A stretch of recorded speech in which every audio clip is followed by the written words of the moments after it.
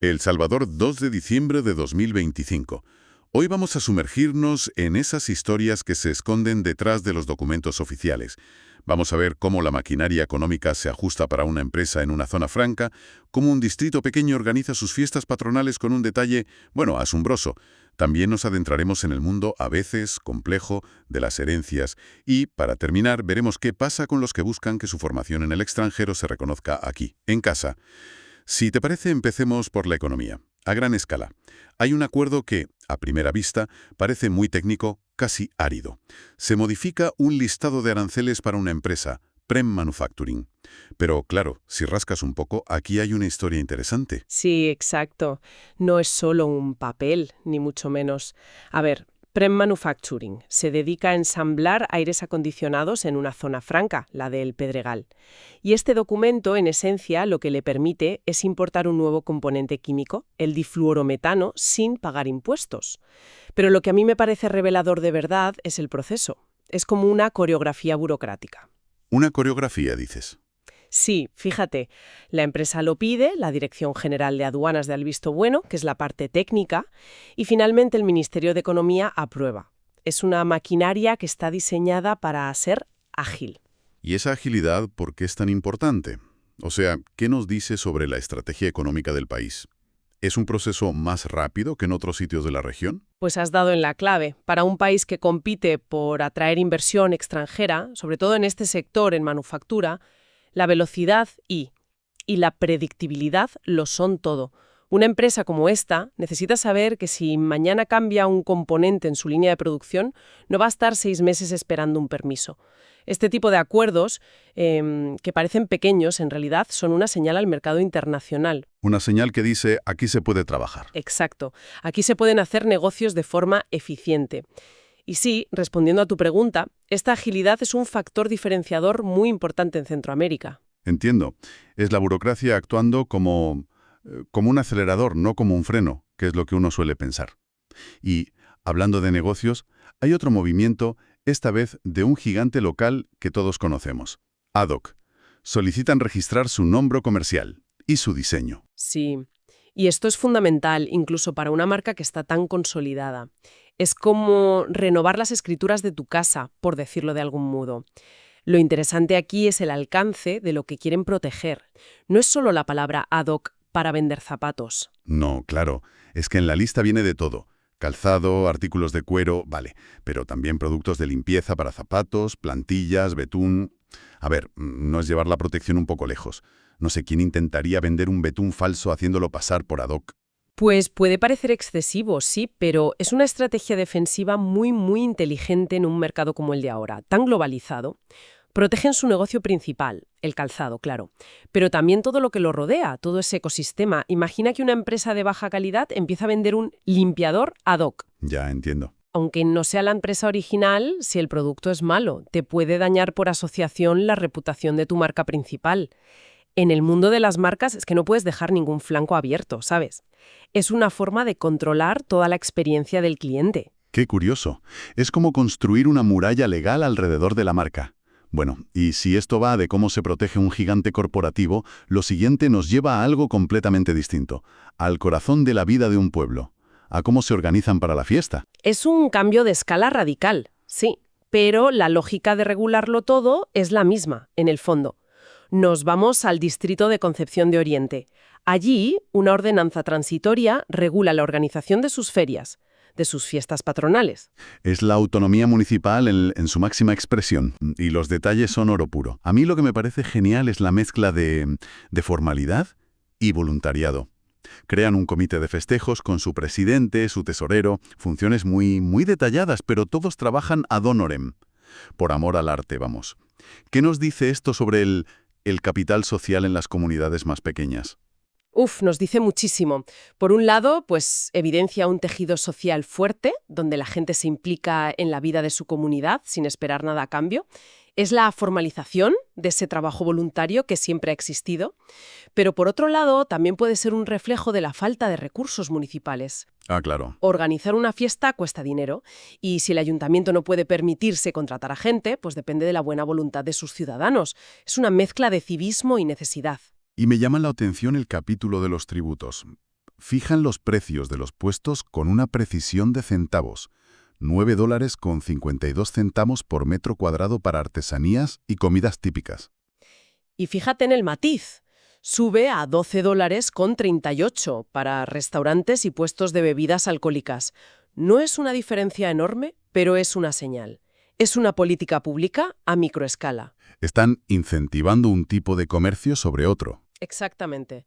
A través de los precios quieren potenciar al pequeño artesano, al vendedor de dulces típicos, frente a negocios que quizá generan pues otro tipo de ambiente. No es una decisión al azar. Claro. Y para hacernos una idea, esos $9,52, ¿qué suponen para un vendedor en una feria así?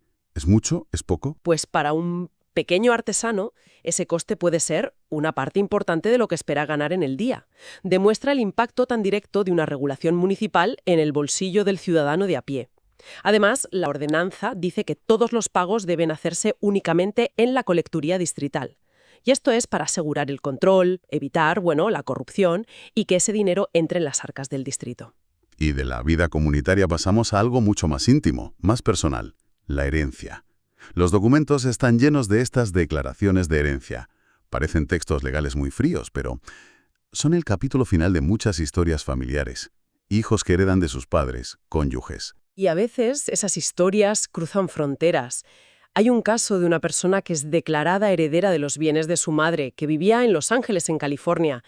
Esto es un reflejo constante de la diáspora salvadoreña, ¿no? Familias separadas por miles de kilómetros, pero cuyos lazos legales y económicos siguen ahí. Y dentro de estas historias aparece una figura legal que me ha resultado muy curiosa, la cesionaria. En un caso, una mujer es declarada heredera no porque sea familiar, sino como cesionaria de los derechos hereditarios de las hijas del fallecido. ¿Qué significa esto? Significa, dicho de forma sencilla, que las herederas originales, las hijas, le han vendido sus derechos sobre la herencia a esta tercera persona. Es básicamente la creación de un mercado secundario de derechos de herencia. Un mercado secundario. Suena muy financiero. Suena muy financiero, sí, pero las razones detrás suelen ser muy humanas y, sobre todo, prácticas. ¿Pero por qué alguien vendería su herencia? Suena, no sé, contraintuitivo. Como vender el recuerdo de tu familiar. Totalmente, pero pongámonos en su lugar. Imagina que eres una de esas hijas y vives en Estados Unidos, como en el caso que veíamos antes. La herencia puede ser un terreno, en una zona rural, una casa pequeña. Gestionar eso desde el extranjero es tiempo, dinero en abogados, viajes, un papeleo que no se acaba nunca. Y a lo mejor necesitas el dinero ya. Claro, necesitas liquidez. Eso es. Vender tus derechos a alguien que está en El Salvador y puede gestionar todo el proceso es una solución muy práctica. Te da dinero rápido y te ahorra años de líos. Es una decisión financiera, no tanto emocional. Un más dura que también aparece. La muerte presunta. Se detalla el caso de un hombre, Santos Francisco Lemus Orellana, desaparecido desde 2017. Sí. Este es uno de los procedimientos más tristes del derecho civil. La familia, para poder poner en orden el patrimonio de la persona desaparecida, necesita que el Estado declare oficialmente que ha fallecido. Y la sentencia es un relato muy minucioso y desolador de la búsqueda. Contactaron con medicina legal, con todos los centros penales, con registros migratorios. Sin rastro. Sin rastro. Es un proceso impecable legalmente, pero qué terrible para una familia tener que oficializar una muerte sin tener un cuerpo, sin poder cerrar el duelo. Para que la familia no se quede en un limbo legal para siempre. Permite que la vida, al menos la parte legal y financiera, continúe para los que se quedan. Es la ley intentando dar una certeza donde realmente no la hay. Y así como la ley da un cierre a una vida, también abre puertas para otras, especialmente para quienes buscan un futuro profesional en el país, que es el último bloque de hoy. Exacto. Vemos varios acuerdos del Ministerio de Educación que reconocen títulos obtenidos en el extranjero. Es la otra cara de la migración. No solo los que se van, sino los que vuelven o los que llegan. Por ejemplo, se le da validez a un título de bachiller y a otro de técnico medio en comercio, ambos de Cuba. ¿Y eso cómo funciona? ¿Se acepta el título cubano y ya está? No. El sistema busca una equivalencia. El título de técnico medio en comercio de Cuba, por ejemplo, se homologa y aquí se convierte en un bachiller técnico vocacional administrativo contable. Esto permite a la persona integrarse en el mercado laboral o seguir estudiando, ir a la universidad. También vemos el reconocimiento de un título de ingeniero mecánico de Cuba y un bachiller de Honduras. Esta convalidación, sobre todo de títulos técnicos de Cuba, ¿responde a una necesidad concreta del mercado aquí o es más bien política de convenios? Probablemente es una mezcla de las dos cosas. Existen convenios de reconocimiento de estudios entre países, claro, sobre todo a nivel centroamericano o con países con lazos históricos como Cuba, pero bueno, también es innegable que estos procesos se mueven más rápido cuando hacen falta ciertos perfiles profesionales. Reconocer títulos técnicos o de ingeniería puede ser una forma rápida de incorporar profesionales cualificados en áreas donde quizás hay demanda. Es pragmatismo. Y para cerrar este círculo profesional hay un último apunte, muy breve, de la Corte Suprema de Justicia. Comunica que se ha levantado la suspensión a un notario, José René Prudencio Flores, y que vuelve a la nómina permanente. Clave en cualquier sistema legal. Es un particular en quien el Estado delega la función de dar fe pública. Lo que un notario firma se presume que es verdad. Por eso la supervisión sobre ellos es tan estricta. Entonces, que fuera suspendido y ahora rehabilitado, ¿qué nos dice del sistema? Nos dice que el sistema de control, el control deontológico, funciona. En ambas direcciones. Hubo una falta, un error, que mereció una sanción grave como es una suspensión. Y, una vez cumplida esa sanción, se le rehabilita.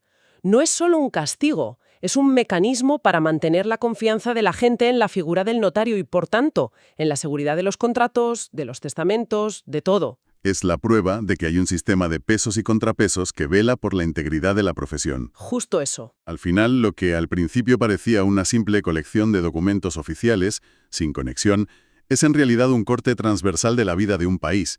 Hemos visto la gran maquinaria del comercio internacional en una fábrica y al lado la microgestión de una fiesta de pueblo, las redes de una familia separada por la migración que se resuelven en un juzgado y las trayectorias de profesionales que cruzan fronteras. Exacto. Y al observar todo este mosaico, a mí me surge una pregunta, ¿no? ¿Qué nos dice más sobre el carácter de una nación?